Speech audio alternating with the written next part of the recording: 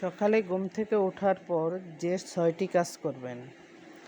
Number ১, ঘুম থেকে ওঠার পর পা সোজা করে হাত টান টান করে কিছুক্ষণ শুয়ে থাকুন। এরপর উঠে বসুন। এতে সারাদিন আপনি সতেজ থাকবেন। নাম্বার ২, ঘুম থেকে উঠে বিছানা অগোছানো রেখে যাবেন না। চট করে বিছানাটা গুছিয়ে ফেলুন।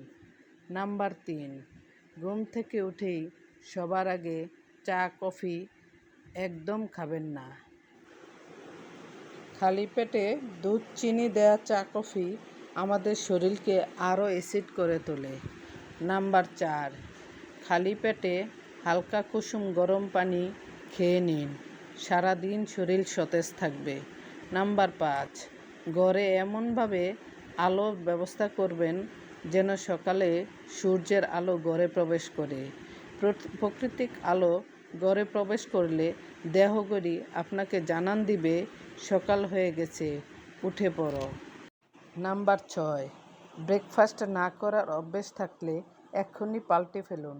গবেষণায় দেখা গিয়েছে ব্রেকফাস্ট যারা করেনি তাদের স্থূলতা, ডায়াবেটিস এবং অল্পতেই অসুস্থ হয়ে পড়েন।